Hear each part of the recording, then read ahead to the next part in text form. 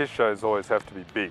So there's the big factor, and then the band, when we did Vegas in 2014, we did a residency, we did 4 fingers stretching a video out over the audience, coming right across the stage. So the band wanted something similar like that. But instead of doing, to put it simply, instead of copying what we'd done, we just broke it all up and spun everything 90 and thought it'd look really cool to have lots of little video walls with lighting trusses in between it. So, I mean, that was the basic idea behind the design, and then it was just keeping it simple, just trying to work out the simplest way of making something look massive with a roof of video.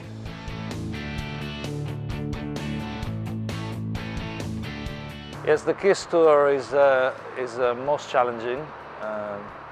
It really proves everybody to the extreme, because it's a very complex tour, and is also, you have to interact with so many departments at the same time in order to make those, that it takes a special breed to be able to cope with the pressure and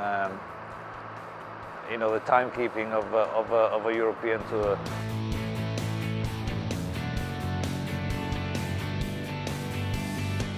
On this tour we're using row.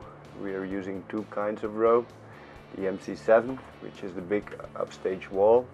Then on the overhead, the raked screens on top of the band and the crowd, we use the MC18. It's also a row product, withstanding quite a lot of heat, but still melting. In order to make this work, we're using XL frames. The XL frames made it possible for us to double stack the frames and then build it on the dollies. And while the mother grid is still being built, we can build on the side all the raked screens. The basic footprint when we went to come up for the original design, as I said, the original spec was big, video in the air, and so the first thing we did, we drew the center grid in.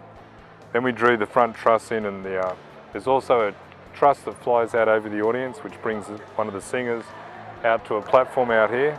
So we drew that in, we drew the front truss in, which also holds the kabuki, which reveals the stage, and we drew the rear video wall in, and then we drew the PA in. So then we went, okay, what room have we got left? And let's work out a design around that. We are very pleased that we are now towards the end. We have 2 more dates, and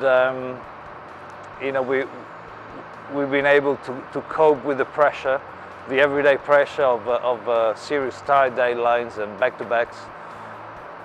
And I'm personally very happy with all the crew and PRG for being so supportive and allowed us to be successful.